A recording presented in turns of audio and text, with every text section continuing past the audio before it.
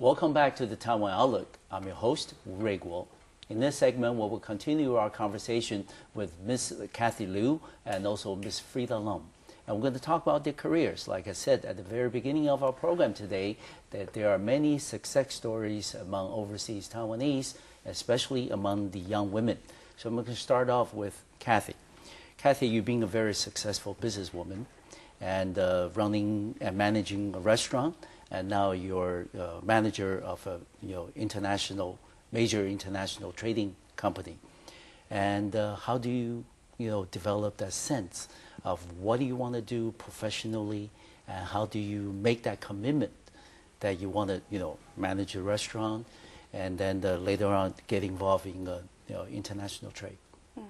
I don't know, actually. I think I was just born with this thing that I just wanted to be big in whatever I do. Mm-hmm. And I've always had a dream. I think it's a dream for a lot of people to own your own coffee shop or restaurant or a lounge bar or something like that. Okay. I was quite fortunate because just after I finished university, I was offered a chance to start this kind of restaurant thing. And at that time, there was a development that was coming up in South Africa, yes, in Johannesburg, where I was based. And a friend of mine, we were talking about it one day, and it kind of just exploded into this thing, and we just started to talk about it. We made plans, and then we did some figures and stuff, and it worked out. So we started this restaurant, which was eventually like a lounge bar. So it came, okay, it's a mixed, yes. Yeah, it was a mix, and I think it's a desire that you want to do something with your life, and not just I don't know. You want to take charge. Yeah. Maybe it's like a control thing. Yeah. So I started a restaurant, and yeah, I did that for about 5 years, 6 years. Good. I think also because previously in South Africa you take part-time jobs and stuff, and my parents were pretty strict about that. Yeah, they'll pay for your, they said to me, I'll pay for your school fees, I'll pay for your room books, and board, yes, yeah. Mm-hmm. But if you want to buy stuff, if you want to go out and have fun, you make your own money. Okay. So I took waitressing jobs during my exactly, my holidays, yeah, or during the weekends, or after school and stuff like that. Mm-hmm. And I kind of fell in love with the whole hospitality industry. So okay, that's how I got into it. Yeah. And of course, I was reading your CV before the program started. I was very impressed that you had the entrepreneurial spirit to start off your own business, yeah, and also at the same time you really started from ground up. Yeah. And like you said, waitressing, and then all the way up to managing a restaurant. I mean, can you tell us then the little, experiences in terms of, I remember reading that you have entertained some Hollywood celebrities, yeah, in your restaurant, including people like Wesley Snipes and also Tim Robbins. Yeah. Can you share with us that experience? Yeah, that was really, really cool because when these people, we had quite a well-known, famous place. So okay, good.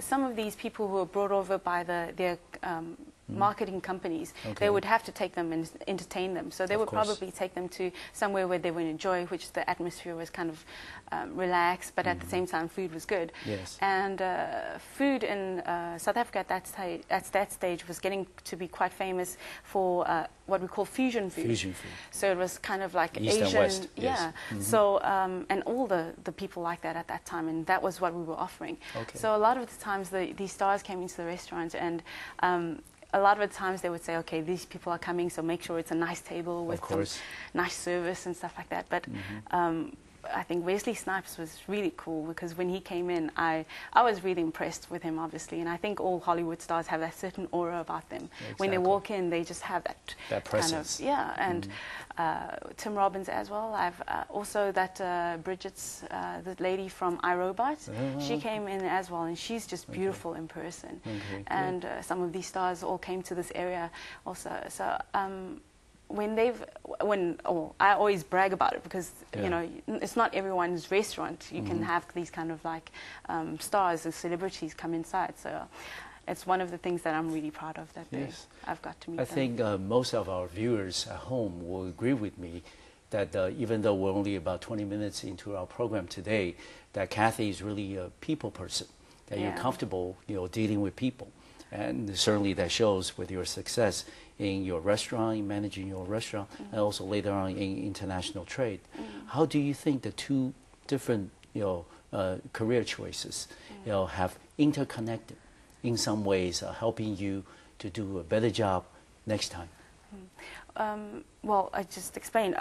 When I left South Africa about over 3 years ago, yes. It was a conscious decision to come back because of the crime in South Africa. Yes. And I only had this experience in the hospitality industry. Exactly. And I knew I was good at that, but I didn't know if I could bring that sort of translate thing it into Taiwan. other areas. Yes. Right. So, and then I always thought, okay, well, my parents were into trade, so I came and joined a company here, and I also started again from the ground up, and that was a little bit difficult in the beginning. So I was like a little employee, and I learned the basics again, and started to do this international trading business. Well, it's not really trade. I think it was a well-known brand company in the IT industry, and I think the IT industry is one of the foremost and fast-moving industries in the world. Yes, and exactly. and the base is in Taiwan, so what better industry than the IT industry? To get involved with. Yes. So I started in the IT industry, and then I found actually there are so many similarities between the two, because it's all about marketing, it's all about relationships with your customer, and it's all about how much you can know what the problem the customer is facing, and how to supply him with the products that he needs. It's essentially, the products is just different. So you felt the experiences in managing a restaurant and later on in international trade were really accumulating, one building on the other. Yes. No, definitely so. Yeah. Okay, good.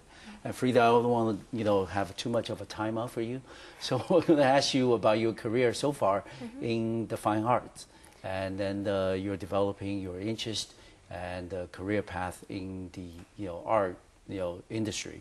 And can you tell us why? You mentioned briefly at the beginning that you like to draw when you were little, and did you build on that interest, and now you're getting into more seriously art as a career choice?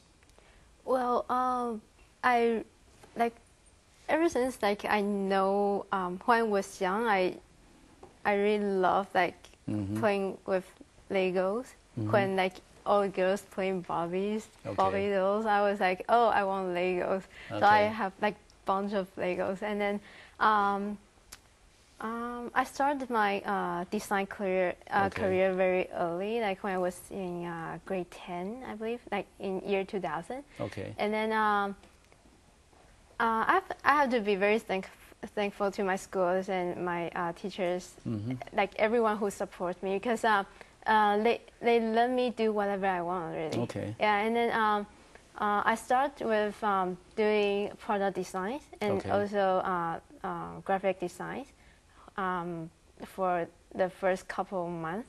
And after that, I got into a couple competitions, and then I own the prize and stuff. And then people start coming to find me to do all the design product for their companies.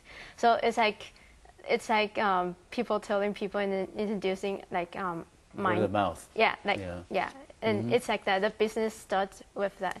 And then after a year, I ran the space for my design studio, and I started hiring some students to do the design for me.